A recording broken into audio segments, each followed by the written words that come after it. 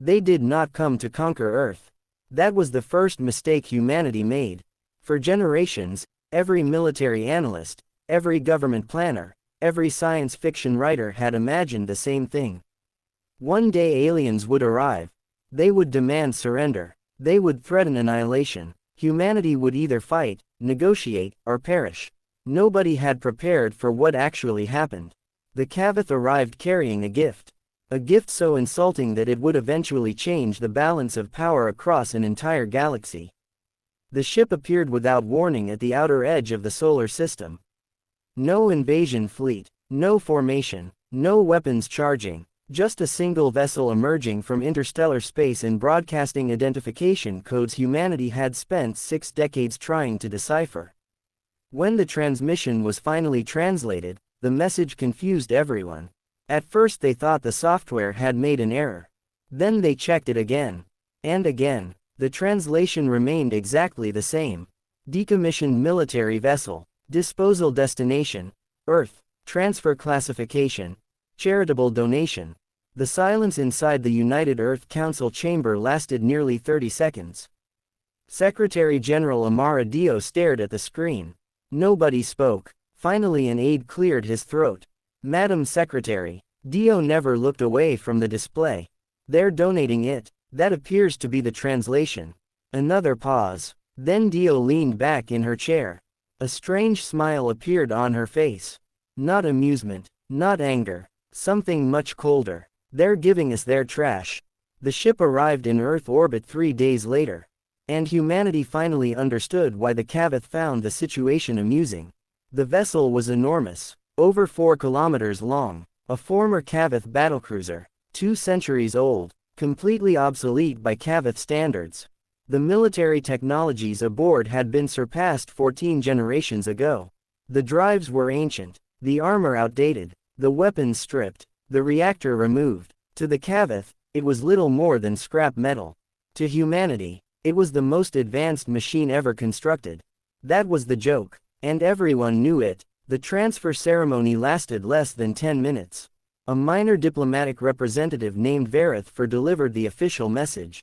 Not even an ambassador. Just a bureaucrat assigned to relations with developing civilizations.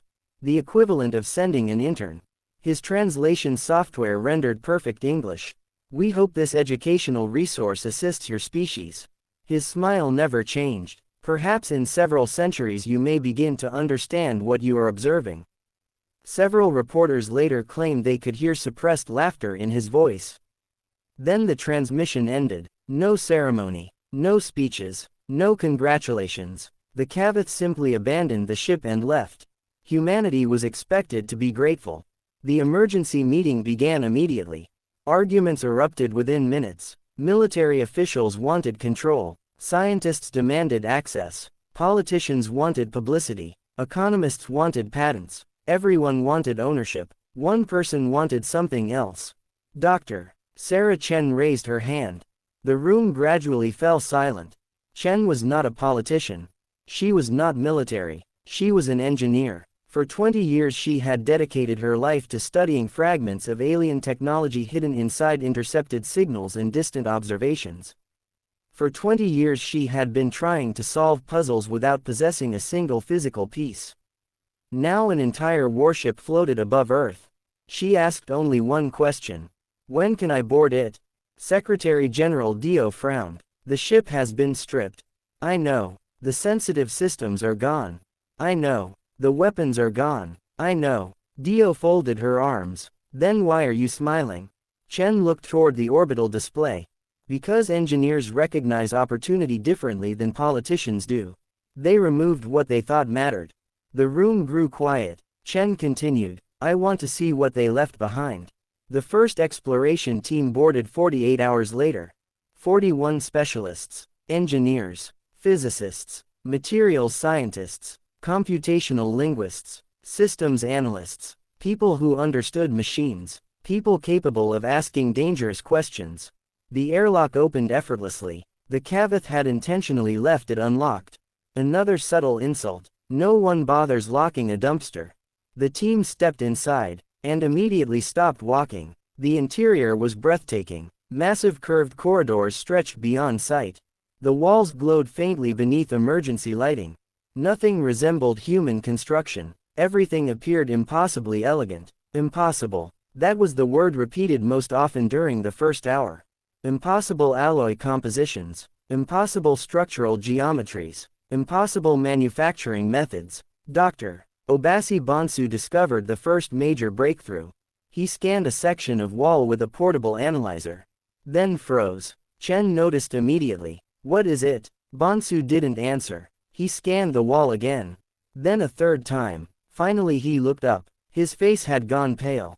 This can't be correct. What can't? The material. Chen stepped closer. What about it? Bonsu swallowed. I wrote a paper 15 years ago. And it suggested the Kavth were manufacturing alloys using magnetic crystal growth. Several team members exchanged glances. The theory had been controversial. Very controversial. It was considered impossible, Chen said. Bonsu nodded. I know. He touched the wall. This ship is made from it. Nobody spoke. Bonsu's voice dropped to a whisper. The walls aren't metal. What are they? They're engineered crystal structures. The scanner trembled slightly in his hands. The armor, structural supports, internal framework. His eyes widened. It's all one piece. Chen frowned. One piece. Bonsu nodded. The ship wasn't assembled. Silence. Then he spoke the sentence that would eventually transform human industry forever. It was grown. The realization spread through the team like wildfire. Everything changed. If Bonsu was correct, humanity wasn't studying a ship. Humanity was studying manufacturing techniques centuries beyond anything they possessed. And that was just the wall. They had barely entered the vessel. The next discovery came inside the targeting control section. The weapons themselves were gone. Every emitter removed. Every offensive system stripped. Exactly as promised. But the computers remained. Priya Nair spent 40 minutes bypassing interface restrictions. Then suddenly looked up. I'm inside. Chen crossed the room immediately. Inside what? The fire control system. The weapons network. Nair nodded. Her eyes never left the display. It's all here. What is? The targeting software. The room became silent. Nair continued reading. Target acquisition. Threat prioritization. Trajectory prediction. Engagement sequencing. Battlefield awareness. Everything. The brain of the weapon system remained intact. Only the guns had been removed. The Kavth apparently considered software worthless without hardware. Humanity disagreed. Violently. The targeting computer alone represented decades of advancement. Perhaps centuries. Then they reached the drive section. And everything changed. Dr. Jin Park entered first. 10 minutes later he was still standing motionless. Staring upward, looking at the vast network of gravitational channels winding through the ship. Nobody interrupted him. Finally Park sat down. Not intentionally. His legs simply stopped functioning. Chen knelt beside him. Dr. Park. He pointed upward. Look at it. Chen looked. She saw machinery. Park saw something else. A roadmap. Years earlier he had theorized how advanced alien propulsion might function. Most colleagues considered his idea speculation. Interesting. Creative. Wrong. Now he was staring at proof. Every equation. Every prediction. Every impossible concept. The architecture confirmed them all. Park laughed. Then laughed harder. Then covered his face. Dr. Park. His voice shook. I was right. What? All of it. He pointed toward the drive framework. We don't need to invent this technology. Chen frowned. What do you mean? Park slowly stood. Excitement replaced shock. We don't need to understand everything. He tapped the support structure. We only need to build systems that fit. The room became very quiet. Park smiled. The kind of smile scientists wear moments before changing history. If we start immediately. He paused. Then said the words that would launch Project Bastard. We could have this ship moving within a year. That evening Sarah Chen contacted Secretary General Dio. The call lasted 3 minutes. When it ended, the largest research project in human history officially began. Publicly it was called the Xenotechnology Integration Initiative. Privately everyone used a different name. Project Bastard. Because they were about to create something that should never have existed. Part human, part alien, built from discarded scraps and impossible ideas. A machine assembled from pieces the original designers considered worthless. And humanity had always been exceptionally good at turning junk into weapons.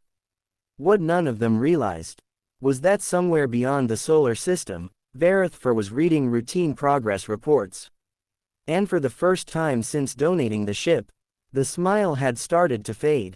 14 months after the Kavth donated their obsolete battlecruiser to humanity, the first warning arrived from the outer system. It was short, cold, official, and deeply concerning. A Kavth merchant vessel passing through the solar system had observed unusual activity around the decommissioned warship.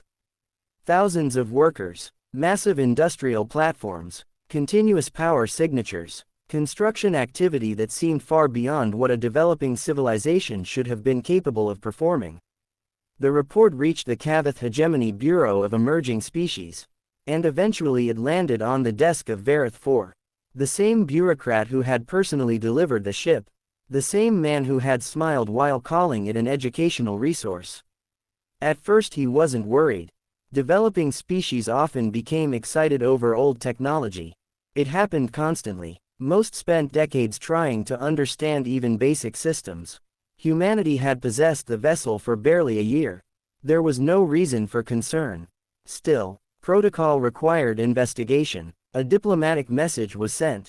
The response from Earth was polite, professional, and extremely vague, which somehow made Varith even more suspicious. 2 weeks later he requested additional surveillance. The resulting report arrived 43 hours afterward. Varith read it once, then again, then a third time. His amusement disappeared completely, because the report contained one sentence that should not have existed. The vessel appears operational. Operational. Not partially restored. Not under study. Operational. Varith immediately forwarded the report to his superiors. The response came back within minutes. 7 current-generation warships were ordered to Earth. Not because humanity represented a threat. That would have been absurd. The fleet was being dispatched to make a point. A lesson. A reminder of proper galactic hierarchy. The hegemony had spent 9 centuries maintaining order, allowing a developing civilization to reactivate military hardware beyond its classification level would create dangerous precedent. The ship would be confiscated. The humans would receive a warning. The matter would end. Simple, predictable, routine. At least that was the plan. The fleet entered the solar system on a Thursday morning. 7 enormous warships emerging from hyperspace in perfect formation. Current-generation vessels, the pride of the Kavth military, each one more advanced than humanity's entire fleet combined. The official message broadcast immediately. Humanity was ordered to surrender the vessel. 48 hours. No negotiation, no discussion, compliance or confiscation. The transmission reached Earth within minutes. Across the planet, billions watched. The reaction was exactly what the Kavth expected. Fear, concern, political chaos, emergency meetings. What they did not see was what happened inside Dockyard 7. Deep within Earth's orbital construction network. Inside a secured chamber beneath layers of military encryption. Sarah Chen listened to the ultimatum in complete silence. Around her stood the scientists who had spent 14 months rebuilding the impossible. Nobody looked surprised. Nobody looked frightened. Instead, they looked annoyed. As if someone had interrupted them during important work. Finally Chen turned off the transmission. Status. Priya Nair answered first. Targeting systems fully integrated. Park nodded. Drive systems stable. Bonsu folded his arms. Hull reinforcement complete. Chen looked around the room. The entire project had come down to this moment. 14 months. 20-hour workdays. Millions of calculations. Thousands of failures. All leading here. Then we launch. 3 hours later Secretary General Dio arrived personally. The expression on her face suggested she had not slept. Tell me we're ready. Chen smiled. We're ready. Dio looked through the observation window. The ship rested inside the dockyard. Except it no longer looked like the vessel the Kavth had donated. Not really. The ancient hull remained. The skeletal architecture remained. But everything else had changed. Human drives occupied spaces once designed for alien reactors. Human weapons lined compartments once left empty. Human systems filled every gap. It was no longer a Kavth ship. It was no longer a human ship. It was something entirely new. Project Bastard. The name fit perfectly. Dio stared through the glass. What exactly have we built? Chen took a slow breath. Then answered honestly, I'm not completely sure. The launch occurred 20 hours before the ultimatum expired. The ship emerged from the dockyard under its own power.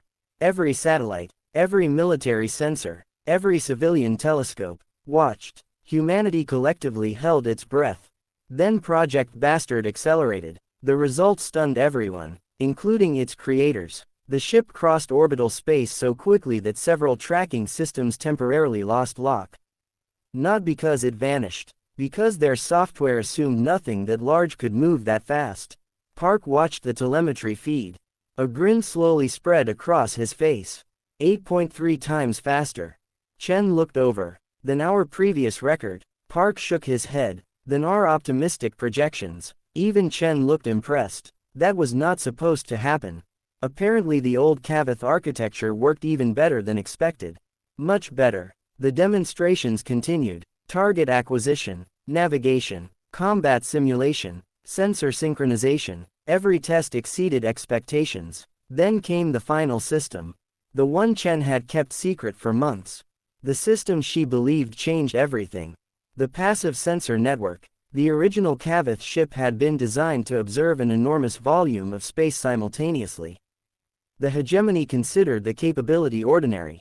Humanity did not. Chen had connected the sensors directly into Nair's targeting systems. The result bordered on terrifying. Project Bastard could see everything within 200,000 kilometers. Every ship, every engine signature, every thermal fluctuation, every maneuver, and it processed the information instantly. The battlefield became transparent. Nothing could hide, nothing could surprise it. It was as close to omniscience as a warship could achieve. When military analysts saw the results, several simply stared at the screen in silence. One finally spoke. That's not fair. Chen smiled. No, it isn't. Meanwhile the Kavth fleet continued approaching Earth.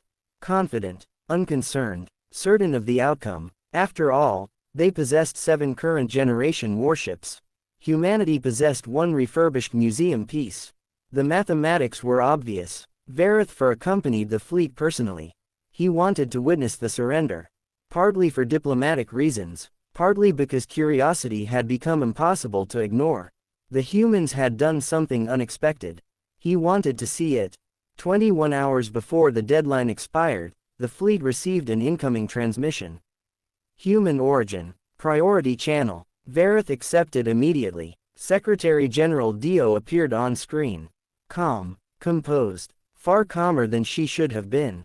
Have you reached a decision? Vareth asked. We have. Excellent. For the first time, genuine relief entered his voice. Dio nodded, then smiled. A small smile. The dangerous kind. We decline. The bridge became silent. Vareth blinked. I'm sorry. We decline. The smile never left her face. The vessel remains human property. Several Kavth officers exchanged confused looks. One actually laughed. Vareth did not, because suddenly something felt wrong. Very wrong. Dio continued. However, we would like to demonstrate something before further discussions. The transmission ended. No explanation, no elaboration, just silence. Vareth immediately ordered long-range scans. The results arrived moments later. An unidentified vessel had departed Earth orbit, heading directly toward the fleet. Single contact. Massive. Fast. Extremely fast. Too fast. A sensor officer frowned. Impossible. What? The officer looked up. Acceleration rate. Vareth felt a cold sensation crawl down his spine. What about it? The officer swallowed. It exceeds projected limits. A second officer interrupted. Sir. Vareth turned. The officer looked genuinely alarmed. We have visual confirmation. The image appeared on the main display. For several seconds nobody spoke.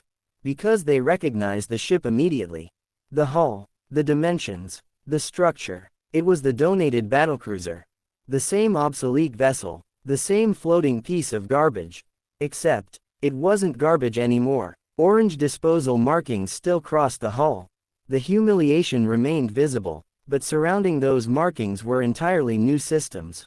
New armor, new weapon arrays, new engine architecture, human additions layered over ancient Kavth foundations. The result looked like a predator assembled by engineers who had never learned the meaning of impossible.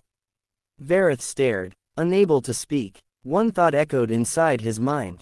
What have they done? Then Project Bastard accelerated again. And for the first time in centuries, a Kavth fleet commander felt fear. The distance between Project Bastard and the 7 Kavth warships continued to shrink. Silence filled the command deck. Not fear, focus. The kind of silence that exists just before history changes direction. Sarah Chen stood behind the command station with her arms folded. Across the tactical displays, thousands of data streams flowed in real time. Every ship, every engine signature, every weapon system, every maneuver, the ancient Kavth sensor architecture watched everything. The humans had merely taught it a new purpose. Priya Nair looked up from her console. They've locked targeting solutions. Chen nodded. Of course they have. 7 current generation warships, against 1 refurbished relic. From the Kavth perspective, this wasn't a battle. It was a recovery operation. Vareth sat aboard the flagship and watched the approaching vessel. The sight continued to bother him. Every instinct told him something was wrong. The orange disposal markings remained visible across the hull. The same markings that identified the ship as scrap. Yet the vessel moved with impossible confidence.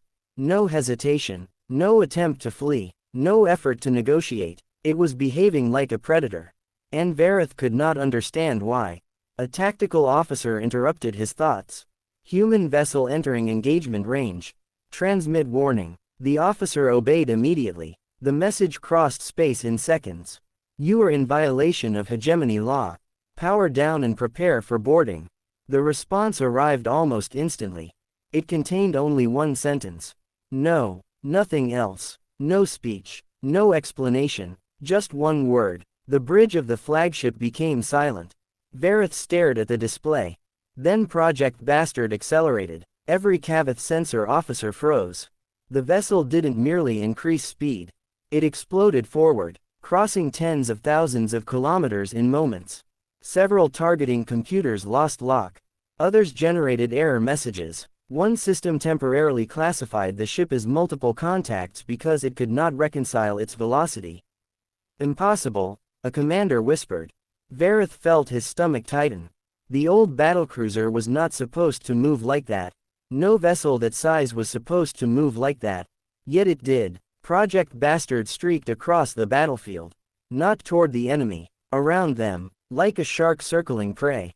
Inside Bastard's command center, the tactical display lit up. Every Kavth ship glowed with targeting markers. Nair smiled. They can see us. Chen nodded. But can they predict us? No. Good. The first shot of the battle came from the Kavth.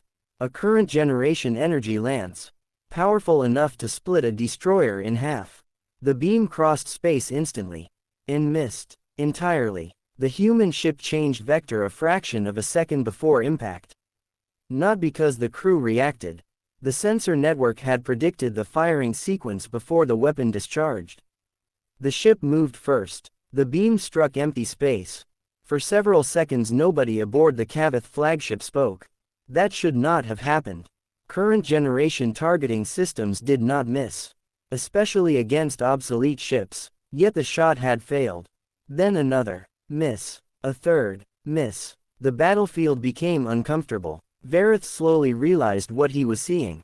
The humans weren't reacting. They were anticipating. Project Bastard wasn't dodging attacks. It was moving before the attacks existed. And that frightened him more than any weapon could. How? He asked quietly. No one answered. Because no one knew. Inside Bastard, Park watched propulsion telemetry. The drives were performing beyond expectations. Ancient Kavth architecture. Human engineering. Together they produced something neither civilization had ever designed. A monster born between technologies. Ready, Nair announced. Chen looked toward her. Fire. 32 railguns unleashed simultaneously.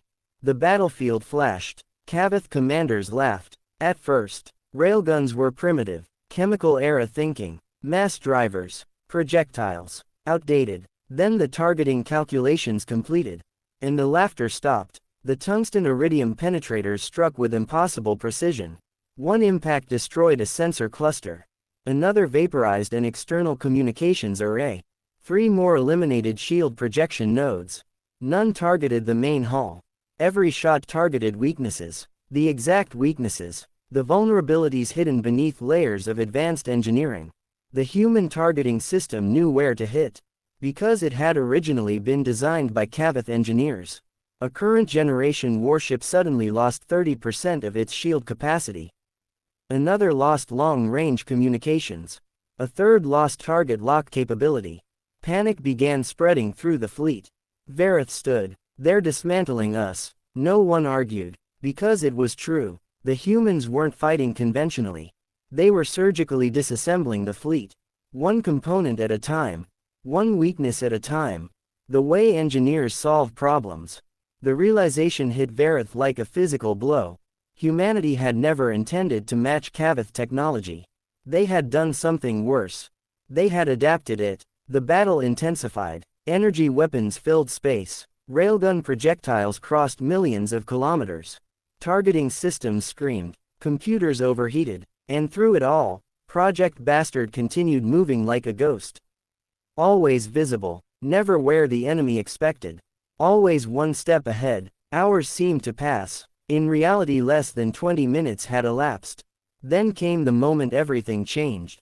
Nair looked up suddenly. I found it. Chen raised an eyebrow. Found what? The command relay. Every fleet had one. A coordination network. The invisible system connecting ships together.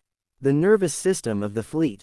Destroy it, and organization collapses. Nair highlighted a target. One ship. Not the largest. Not the strongest. The most important. Chen smiled. Do it. 32 railguns fired. Again. And again. And again. The selected warship attempted evasive maneuvers. Too late. The projectiles arrived from multiple vectors simultaneously. Its defenses failed. Its command core shattered. For a brief moment nothing happened. Then the entire Kavth formation dissolved. 7 ships suddenly became 7 individual ships. Coordination vanished. Communication lag increased. Response times doubled. Confusion spread instantly. Project Bastard attacked. Like a predator smelling blood. The next 10 minutes became mandatory reading in military academies across 300 star systems. Not because humanity destroyed the fleet. They didn't. They did something more impressive. They dominated it. A single modified relic controlled the engagement against 7 modern warships. Not through superior technology. Through superior adaptation. Every system the Kavth had considered worthless suddenly became dangerous. Every corner they had cut during disposal became a weakness. Every assumption they had made became a liability. The fleet retreated. Not routed. Not destroyed. Retreated. Because remaining would risk losing ships. And that possibility alone was unacceptable. The first vessel turned away. Then another. Then another. Until all 7 warships accelerated toward deep space. The battle was over. Humanity had won. Silence filled Project Bastard. Nobody celebrated immediately. Nobody spoke. The reality felt too large. Too impossible. Finally Park laughed. Then Nair. Then Bonsu. Within seconds the entire command deck erupted. 14 months of impossible work. 14 months of ridicule. 14 months of risk. Validated. Sarah Chen simply sat down. Exhausted. Relieved. Satisfied. Across the solar system, billions watched history unfold. For the first time, humanity had faced an interstellar superpower. And survived. Vareth remained aboard the flagship long after the retreat began. The tactical display still showed the human vessel. One ship. One donated ship. One mistake. A junior officer approached carefully. Sir. Vareth never looked away from the screen. Yes. What do we tell the hegemony? The question lingered. Eventually Vareth answered. His voice sounded older than before. Tell them the truth. The truth. He nodded. Tell them we underestimated humanity. The officer hesitated. That's all. Vareth watched the shrinking image of Project Bastard. No, a bitter smile appeared, the opposite of the smile he had worn 14 months earlier. Tell them we made the same mistake everyone makes.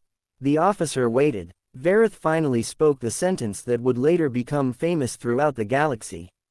We gave engineers our garbage and assumed it would remain garbage. Years later, historians would identify the charitable transfer of disposal vessel 4471 as one of the greatest strategic blunders in galactic history. Not because humanity acquired advanced technology. That happened constantly. Not because a battle was lost. Battles were temporary. The real mistake was much simpler. The Kavth had accidentally revealed something humanity itself barely understood. Human beings possessed a unique talent. Give them perfection and they would admire it. Give them broken machinery and they would improve it. Give them limitations and they would innovate around them. Give them junk, and eventually they would build a weapon. Project Bastard remained in service for another 37 years. By the time it was finally retired, humanity possessed dozens of vessels more powerful than the original. Ships descended from ideas hidden inside an obsolete battlecruiser. Ideas the Kavth had considered worthless. The orange disposal markings were never removed. Not once. They remained visible throughout the ship's entire career. A reminder, a joke, a warning, to anyone considering underestimating humanity. And somewhere deep inside Kavth military academies, future officers learned a new lesson. A lesson written into every strategic handbook after the Battle of Earth. Never give humans your old technology, especially if engineers are involved. The end. Thanks for watching. If you love epic sci-fi stories and unforgettable adventures, be sure to like, share, and subscribe to HYF Sci-Fi. Join our growing community, and we'll see you in the next journey beyond the stars.